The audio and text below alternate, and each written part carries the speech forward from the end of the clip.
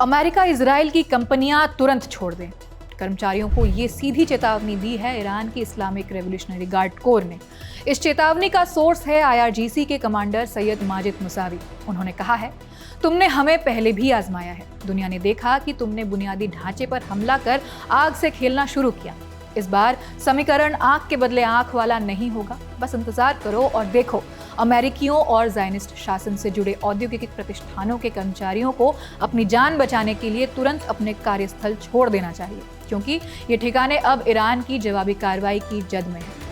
दूसरी ओर ईरान के विदेश मंत्री अब्बास अरागची कह रहे हैं कि देश में नागरिक ठिकानों पर हुए हमलों के लिए इजराइल को भारी कीमत चुकानी पड़ेगी। बीते दिनों ईरान की 2 बड़ी स्टील फैक्ट्रियां, सिविलियन न्यूक्लियर साइट्स और एक पावर प्लांट को निशाना बनाया गया था। ऐसे हमले दोनों तरफ से हो रहे हैं। इससे पहले ईरान ने सऊदी अरब के प्रिंस सुल्तान एयरबेस पर मिसाइल और ड्रोन अटैक किया था।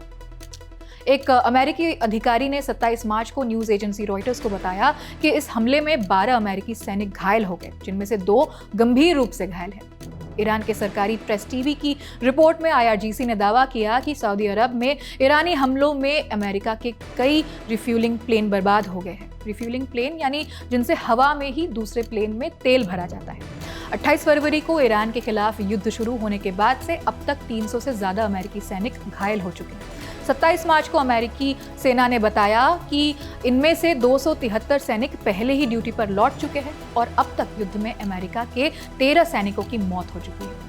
इजराइल ने 27 मार्च को ईरान की मुबारका स्टील कंपनी और खोजिस्तान स्टील कंपनी को निशाना बनाया था। इससे पहले तेल अवीव ने साउथ ईरान में बुशहर न्यूक्लियर पावर प्लांट को भी टारगेट किया था। विदेशी मंत्री अब्बास अरागची ने एक्स पर लिखा कि इजराइल ने दावा किया है कि ये हमले अमेरिका के साथ मिलकर किए गए हैं।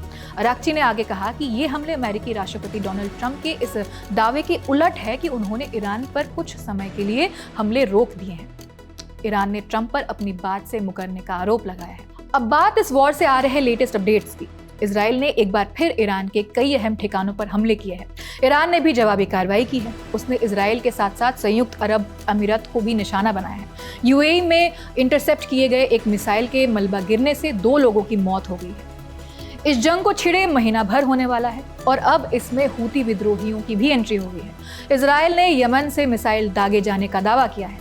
ये पहली बार है जब इस जंग के दौरान यमन से सीधे हमले की बात सामने आई है। अभी ये दावा है, हूती विद्रोहियों ने सीधा इस हमले की जिम्मेदारी नहीं ली है। एक्सपर्ट्स का कहना है कि अगर हूती पूरी तरह इस जंग में शामिल हो जाते हैं तो ये संघर्ष सिर्फ ईरान इजराइल तक नहीं सीमित रहेगा। पहले ही लेबनान, इराक और खाड़ी क्षेत्र इस जंग की चपेट में ही है। ऐसे में यमन की एंट्री इस संघर्ष के दायरे को और बढ़ा सकती है। इस खबर में इतना ही। जंग से जुड़ी हर अपडेट्स हम आप तक पहुंचाते रहेंगे। खबर लिखी है अर्पित कटियार ने, कैमरे के पीछे दानिश है, मैं हूं आकांक्षा गोगोई। आप देखते रहिए द ललन टॉक। शुक्रिया।